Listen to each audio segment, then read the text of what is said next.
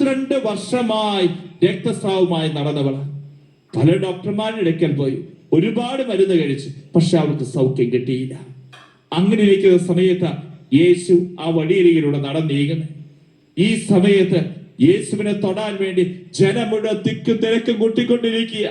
യേശുവിന്റെ മുടിയേലൊന്ന് തൊടാൻ, ഉടുപ്പേലൊന്ന് തൊടാൻ, കയ്യേലൊന്ന് തൊടാൻ, എവിടെയൊക്കെ തൊടാൻ കിട്ടുമോ ജനം മുഴുവൻ അവനെ തൊട്ടോണ്ടിരിക്കുക, തിക്കും തിരക്കും കൂട്ടിക്കൊണ്ടിരിക്കുക.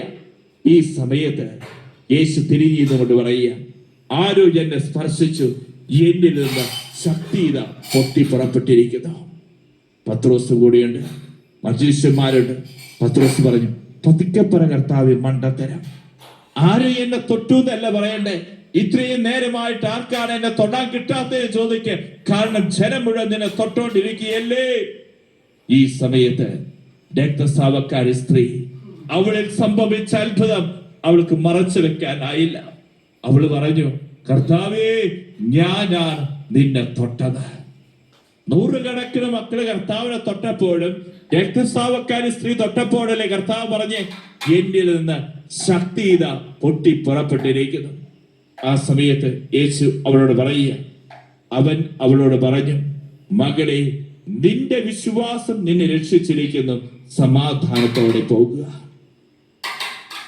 യേശുവിന് പറയാനുള്ളത് എന്താ? നിന്റെ വിശ്വാസം. 100 കണക്കിന് മക്കൾ, 1000കണക്കിന് മക്കൾ, 10000കണക്കിന് മക്കൾ ഈ ആരാധനയിൽ പങ്കെടുക്കും. അവന്റെ ഉള്ളിൽ ഇങ്ങനെ ഒരു ദാഹം ഉണ്ടാവണം, എനിക്ക് എന്റെ കർത്താവിനെ വിശ്വാസത്തോടെ തൊഴണം. ഒരുപാട് പേര് ഈ ആരാധനയിൽ പങ്കെടുക്കുന്നു, വിളിച്ചപേക്ഷിക്കുന്നു, സ്തുതിച്ച് പ്രാർത്ഥിക്കുന്നു. പോരെ മക്കളെ, എനിക്ക് എന്റെ കർത്താവിനെ വിശ്വാസത്തോടു കൂടെ തൊഴണം. നമ്മൾ വീണ്ടും വചനത്തിൽ കാണുന്നുണ്ട്, യേശുവിന്റെ സവിധെ കടന്നു വന്നിരിക്കുക ഒരു പിതാവ്. ഈ പിതാവ് യേശുവിന്റെ സവിധെ കടന്നു ചെന്നിട്ട് യേശുവിനോട് പറയുന്നുണ്ട്, പലപ്പോഴും എന്റെ പുത്രനെ തീയിലേക്കും വെള്ളത്തിലേക്കും തള്ളിയിട്ടുകൊണ്ടിരിക്കുക. നിനക്ക് എന്തെങ്കിലും ചെയ്യാൻ കഴിയുമെങ്കിൽ എന്റെ പുത്രനെ അലിവ് തോന്നി എന്റെ കൊച്ചിനെ ബന്ധിച്ച് കെട്ടിയിട്ടിരിക്കുന്ന പിശാച് ബാധയിൽ നിന്ന് എനിക്കൊരു മോചനം തരണേ, എന്റെ കുഞ്ഞിനൊരു വിടുതൽ കൊടുക്കണേ. അതാണ് യേശുവിന്റെ സവിധെ വന്ന് ആ പിതാവ് വലിയ വേദനയോട് പറഞ്ഞു.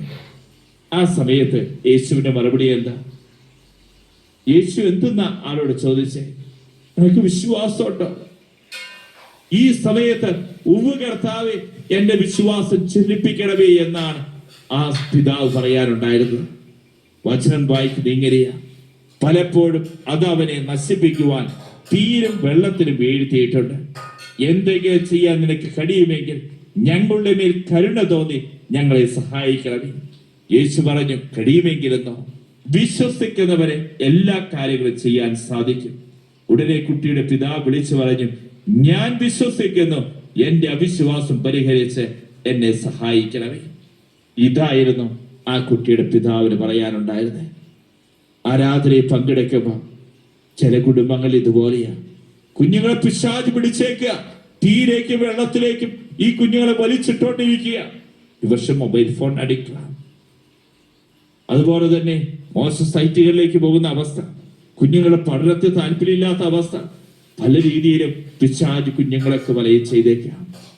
ഈ പിതാവിനെ പോലെ ഈ കാലഘട്ടത്തിന്റെ മാതാപിതാക്കളും യേശുവിന്റെ സവിധെ കടന്നു വന്ന് യേശുവിനോട് ചോദിക്കണം, കർത്താവേ, എന്റെ മകന്റെ അവസ്ഥ ഇങ്ങനെയാ, നിനക്ക് എന്തെങ്കിലും ചെയ്യാൻ കഴിയുമെങ്കിൽ എന്റെ പുത്രനെ അലിവ് തോന്നി എന്നെ ഒന്ന് സഹായിക്കേ, എന്റെ കുടുംബത്തെ ഒന്ന് സഹായിക്കേ. യേശു പറയും, കഴിയുമെങ്കിലെന്നോ? വിശ്വസിക്കുന്നവരെ എല്ലാ കാര്യങ്ങളും ചെയ്യാൻ സാധിക്കും. കണ്ടോ പ്രിയപ്പെട്ടവരെ, യേശുവിന്റെ സവിധെ കടന്നു വന്നപ്പോൾ, ആ യേശുവിന്റെ സവിധെ കടന്നു വന്നുകൊണ്ടല്ലേ ആ പുത്രന് സൗഖ്യം കിട്ടിയത്. ഇന്ന് പ്രിയപ്പെട്ടവരെ, ഏതൊക്കെ സ്ഥലങ്ങളിലേക്ക് നീ ഓടുന്നു? നിന്റെ മക്കളെ ഓർത്തുള്ള നൊമ്പരങ്ങളും പേരെക്കൊണ്ട് അവിടേക്കും ഇവിടേക്കും ഓടുന്നു. പക്ഷെ നീ കടന്നു വരേണ്ടത് ഈ പിതാവിനെ പോലെ യേശുവിന്റെ സവിധിയാണ് കടന്നു വരണ്ടേ എന്ന് നീ ഓർത്തു.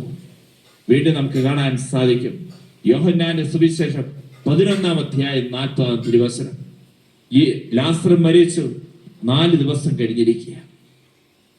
ഈ സമയത്ത് യേശു ലാസർ മരിച്ചു കിടക്കുന്ന അല്ലെങ്കിൽ ആ കല്ലറയുടെ മുമ്പിൽ വന്നിരിക്കുക. യേശു പറയുന്നുണ്ട്, ആ കല്ലെടുത്ത് മാറ്റി. ഞാൻ ലാസറിന് ഉയർപ്പ് കൊടുക്കാം. ലാസറിന്റെ സഹോദരൻ പറഞ്ഞു, കർത്താവേ, ഞങ്ങൾക്കറിയാം ലാസർ മരിച്ച് കർത്താവ് വിഷമമുണ്ട്. പക്ഷേ ഇപ്പോൾ ഈ കല്ലെടുത്ത് മാറ്റിക്കഴിഞ്ഞാൽ ഇവിടെ നിൽക്കാൻ പറ്റാത്ത അവസ്ഥയാണ്. വലിയ ദുർഗന്ധം ഉണ്ടാകും. മരിച്ച് 4 ദിവസം കഴിഞ്ഞു. ഇവിടെ നിൽക്കാൻ പറ്റാത്ത അവസ്ഥയാണ്. നിൽക്കാൻ പറ്റില്ല, ദുർഗന്ധം ഉണ്ടാവും. എന്നാ പ്രിയപ്പെട്ടവരെ, ഇവിടെ കാണാൻ സാധിക്കും യേശു എന്തെന്നാ അവളോട് പറഞ്ഞേ. യേശു അവളോട് ചോദിച്ചു, വിശ്വസിച്ചാൽ നീ ദൈവമഹത്വം ദർശിക്കുമെന്ന് ഞാൻ നിന്നോട് പറഞ്ഞില്ലേ? നമുക്ക് ഇന്ന് പറയാൻ സാധിക്കണം, വിശ്വസിച്ചാൽ ഞാൻ ദൈവമഹത്വം ദർശിക്കും.